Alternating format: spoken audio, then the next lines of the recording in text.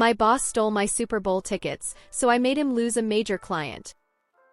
With the NFL playoffs back on, I thought you all might enjoy this football-related revenge story. I'm a huge 49ers fan, the rabid all-day tailgate in the parking lot type. A few years ago we made it back to the Super Bowl. I was working at a consulting firm with a handful of accounts I would interact with directly. One client in particular knew how big of a Niners fan I was.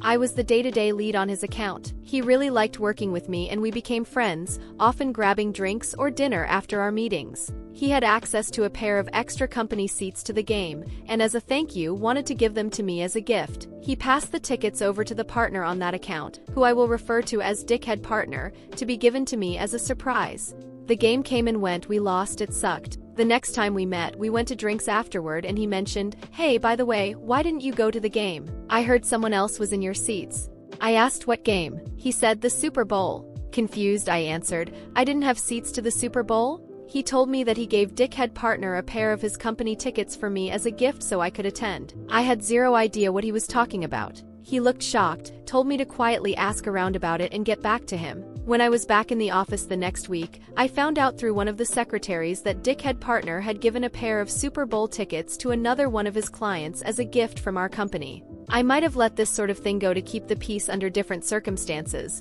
but these were seats on the 30-yard line to see the fucking 49ers play in the Super Bowl. I was pissed. I considered confronting Dickhead Partner myself, but realized it was the client who had noticed I wasn't there in the first place, so if I let him handle it, there would be no blowback on me. So I texted him, "Hey, I just wanted to thank you so much for thinking of me with those seats. It appears that they were given to another one of our firm's clients." He texted back right away in all caps, "Are you shitting me? And then pretend I never told you, let me handle." He followed up with me about formulating a plan. A few days later, we were asked to come down for a meeting in their office.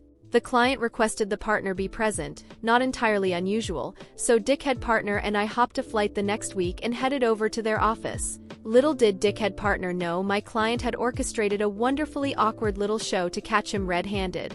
When we entered the conference room, it was all the usual suspects along with a woman in her 30s we didn't recognize. My client immediately introduces, "Dickhead Partner, this is Stephanie such and such, VP from other department, she wanted to sit in on this meeting. Hey OP, you guys must already know her from the Super Bowl." She then responds as she goes to shake my hand, "Oh, I don't think so. Did we meet there?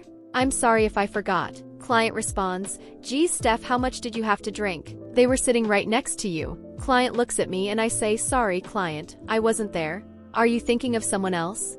At this point, Dickhead Partner is looking visibly uncomfortable, probably trying to come up with an excuse. He starts in with an when Stephanie says over him, "No, so-and-so from other company were in the other seats. By the way, I was wondering why we gave company seats to those guys. Is there a project we're working with them on that I don't know about?" Obviously not, they were in completely different industries. It would be like Coca-Cola partnering with John Deere.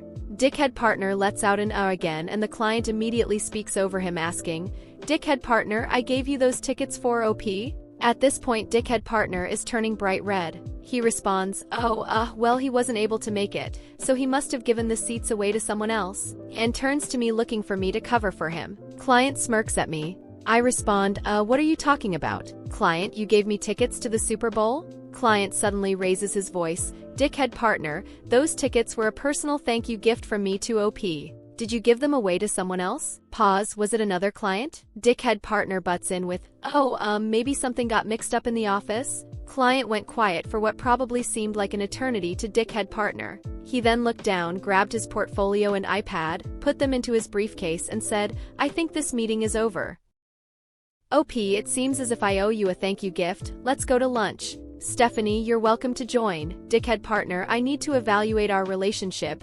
Please go back home and expect to hear from us next week." Dickhead Partner suggests he would like to join, presumably to do damage control, and Stephanie sternly tells him, "I don't think that's a good idea," and asks the front desk to see Dickhead Partner out. As soon as he is in the elevator, we all break out laughing hysterically. Stephanie wasn't really a VP, just an employee at the company who client had drafted into helping with his pre-planned meeting skit, but she did end up coming to lunch with us and was a fellow Niners fan and total blast to hang out with. On our way to the restaurant, I got a desperate text from Dickhead Partner saying I needed to cover for the firm, and that we could discuss things when I got back. I replied, "Yes, we need to talk, but I'll see what I can do." Client told me to wait a couple hours and then respond to him. 1. To expect invoices for the resale value of the Super Bowl tickets.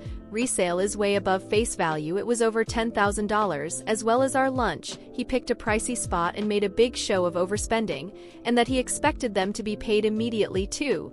Expected I be given a direct apology. 3. Expected a written apology to his company for what he considered theft. And 4. He will only interact with me or another one of our firms. Partners, never dickhead partner. This whole thing caused a stir with the other partners, and I actually came off looking great because it appeared that I had made a good faith effort to save the client for the firm despite being the victim in this situation. The client would transfer to another partner, which meant dickhead partner lost his profit share on any work with them. Oh, and the other partners in the firm made dickhead partner pay the invoices back out of his salary. In retrospect, I really have no idea what the hell the guy was thinking. Did he seriously believe the client would just not notice me not thanking him for Super Bowl tickets? Anyway, the well was kind of poisoned for me there long term because dickhead partner wasn't going anywhere. I left the firm a few months later for a much better position. Client ultimately terminated their relationship with that firm a year later. He actually now works with a good friend of mine at a competing firm. I'm still pissed I missed out on the Super Bowl even though we lost, hoping we make it back this year so I can finally go to one in person. Go Niners!